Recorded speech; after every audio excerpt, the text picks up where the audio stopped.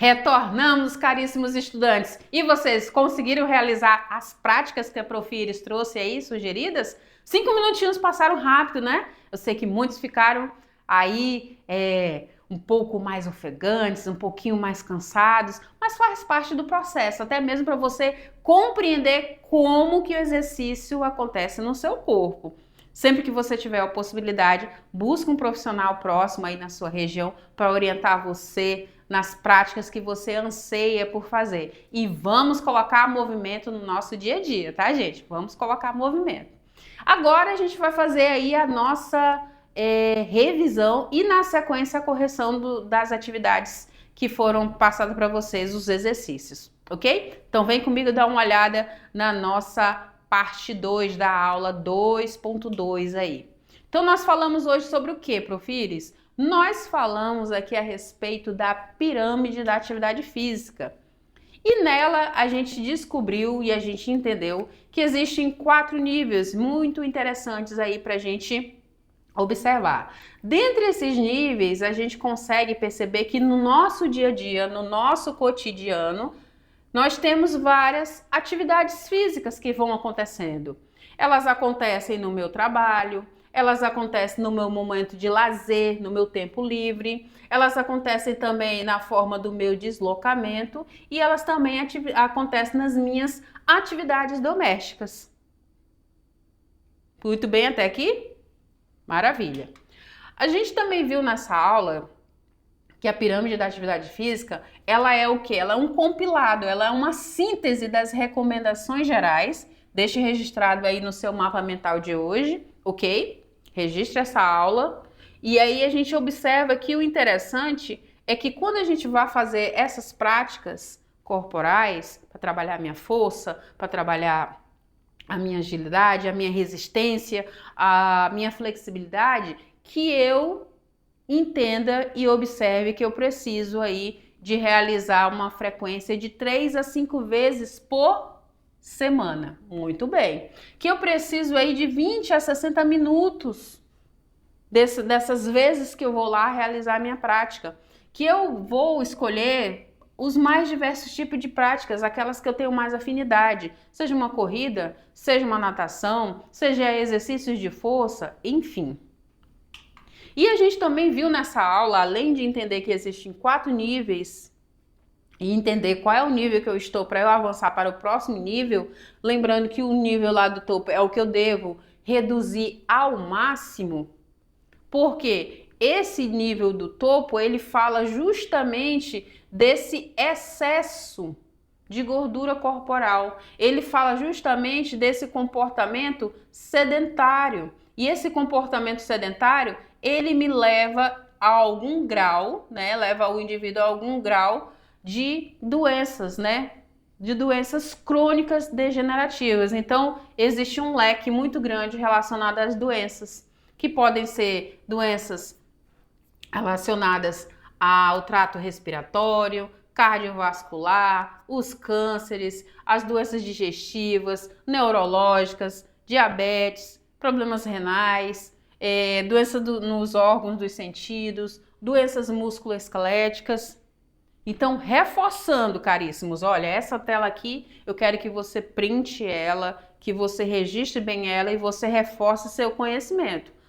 Fazendo essa leitura de baixo para cima, eu vou me utilizar das atividades do meu dia a dia, né, das atividades diárias, e eu vou realizar todos os dias. Não posso também deixar a casa bagunçada, né, gente? Deixar o meu ambiente de trabalho bagunçado. Não posso viver na bagunça. Não posso também ficar muito tempo parada. Eu preciso subir, descer uma escada, eu preciso caminhar até o meu carro, me deslocar, eu preciso lavar algumas coisas que são pertinentes. Então isso faz parte do meu dia a dia. Passear com o meu cachorrinho, ir ao supermercado. Então isso são atribuições do meu dia a dia. Em contrapartida, eu avanço mais um degrau no nível 2 e agora eu já posso fazer aí de 3 a 5 vezes por semana, já começar a inserir exercícios com vontade aí, né? Então eu vou trabalhar aí corrida, uma natação, ciclismo, danças, esportes. Depois eu posso estar trabalhando aí com força, com flexibilidade, fortalecendo aí as minhas estruturas de 2 a 3 vezes por semana, através de exercícios de musculação, exercícios de yoga, né? Exercícios aí de flexões, né? De pilates, enfim. E eu vou, né, entender, compreender e buscar reduzir esse tempo em que eu fico muito parado. Ok?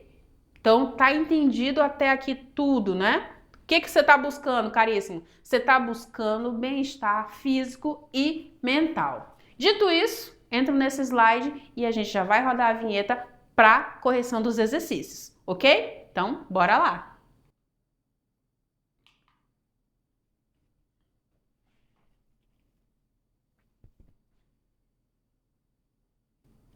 Muito bem, caríssimos estudantes. Bora ver se vocês entenderam aí as nossas questões. Vamos discutir, vamos analisá-la, ela parte por parte. Já peço que vocês leiam junto comigo, façam as marcações, sublinhem aquilo que é interessante, que é importante nas chamadas das questões. Tudo bem?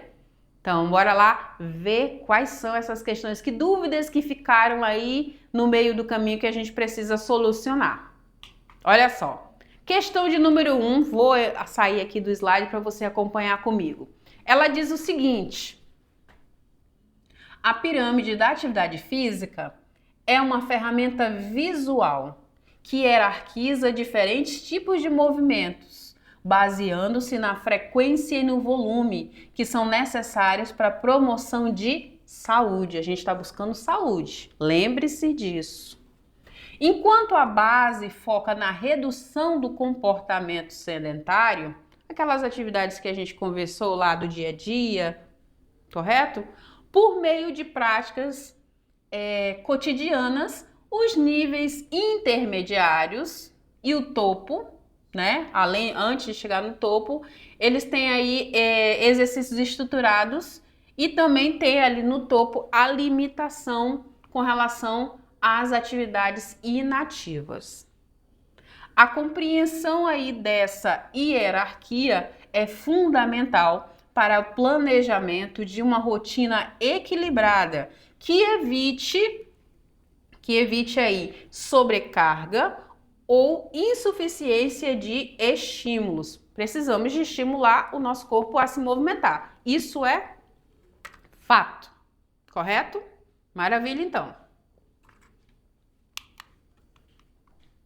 O que a questão quer então, Profires? A questão quer o seguinte, que você analise a estrutura da pirâmide, a estratégia que é mais eficaz para um indivíduo, para uma pessoa, que busca aí transitar de um estilo de vida que é sedentário para um estilo de vida ativo, onde ele faça o quê? Ele respeite a sustentabilidade do hábito ao longo prazo e consiste em quê? Então a gente está pensando nesse indivíduo que ele está naquele momento ali de contemplação, de querer dar o primeiro pontapé para iniciar uma prática corporal.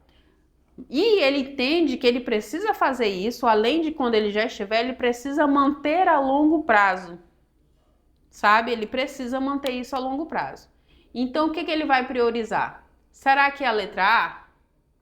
Priorizar o topo da pirâmide. O que tem no topo, gente? Lembra aí. Aí, aqui diz que foca em atividade de alta intensidade para compensar o tempo da inatividade. Letra B. Ele vai substituir integralmente as atividades de flexibilidade por exercícios de força muscular de grande volume. Acredito e que você esteja um pouco meio confuso, né? Grande volume, força muscular, o que quer dizer? Que o indivíduo está priorizando somente força, força, força, força, força, e ele corre um grande risco de lesionar esses músculos, né? Porque ele não fez um trabalho de flexibilidade. Então essa questão a gente já entende que ela não é interessante. A letra C fala em ampliar atividades de base, integrando movimentos naturais aí do meu cotidiano como caminhar e usar as escadas. É uma boa proposta, né, gente? Letra D. Dedicar o mesmo tempo diário para atividades aeróbicas e para o comportamento sedentário. Como assim, gente? A Prof. Iris passou a aula todinha falando pra gente se movimentar, se movimentar, se movimentar, e aí eu vou fazer metade do meu tempo comportamento sedentário, metade do meu tempo é exercício? Vamos fazer uma dosagem mais interessante, né? E letra E, eliminar a atividade de lazer recreativo para focar exclusivamente em exercícios de resistências competitivos. Será que todo mundo pensa em competir? Eu, por exemplo, não sou competitiva. O meu foco não é a competição. O meu foco é ganho de massa muscular, é ganho de definição muscular. Então perceba que cada indivíduo tem um objetivo diferente. Então não posso dizer que o indivíduo vai tirar todas as atividades de lazer, de interação com outras pessoas, simplesmente para competir. Nem todo mundo está no mesmo nível. Então qual a resposta correta aí com relação a essa questão? Claro que é a letra C, né? Então nós vamos buscar ampliar as atividades de base, integrando movimentos naturais ao meu cotidiano, como caminhar e usar escadas. Dali a pouco, o teu corpo, ele começa a pedir uma pitadinha a mais. Ele começa a pedir um pouquinho mais. E aí lembra que eu falei? Começa caminhando, dali a pouco dando um trotezinho, aquela corridinha de leve, dali a pouco já tá correndo. É exatamente isso, o teu corpo vai sempre pedir mais. Vai sempre pedir mais, pode ter certeza. Vamos para a questão de número 2. Olha só o que diz a questão de número 2, caríssimos. A prática de atividade física ao longo da vida não depende exclusivamente da vontade individual. Ela é atravessada por determinantes biológicos, psicossociais, ambientais e socioeconômicos. Criticar a visão puramente voluntarista que culpa o indivíduo por não se exercitar exige reconhecer que a infraestrutura urbana e o suporte social são variáveis que facilitam ou dificultam a adoção de um estilo de vida ativo. Se vocês bem recordam, a gente conversou algo nesse sentido na aula 1. Lembra que a gente falou de questão de pessoas que estão na vulnerabilidade social? De pessoas que não têm espaços de lazer, de uma praça, de um espaço verde? Então isso também pode dificultar esse processo. Então não depende simplesmente só puramente da minha vontade. Eu preciso ter espaços onde eu possa me utilizar para realizar as minhas práticas. Nem sempre eu preciso fazer investimento financeiro, né? Ter gasto. Eu posso me utilizar de uma pracinha que está perto da minha casa, de um campo que está próximo da minha casa. Então isso faz sentido, não é? E aí o que a questão pede, Prof. Iris? Olha lá. Sobre uma perspectiva crítica, a manutenção da atividade física em ambientes urbanos com baixa iluminação pública e ausência de áreas verdes é dificultada primordialmente por um determinante do tipo. O que pode dificultar então esse meu acesso? Vamos pensar um pouquinho de uma forma mais crítica. Será que esse determinante ele é biológico? Pois falta de luz altera o ciclo circadiano e a disposição física? Será que é isso? Será que é a letra B, socioeconômico, relacionado diretamente ao baixo grau de escolaridade do indivíduo? Será que a força maior é isso? Letra C, psicossocial, devido à ausência de prazer intrínseco na prática sobre condições adversas. Ou ainda, letra D, ambiental, visto que a insegurança e a falta de espaços adequados atuam como barreiras externas. Olha, acho que nós encontramos aqui a resposta, né? Vamos ver a letra E, que diz que pode ser genético. dado que populações urbanas possuem menor predisposição ao esforço físico.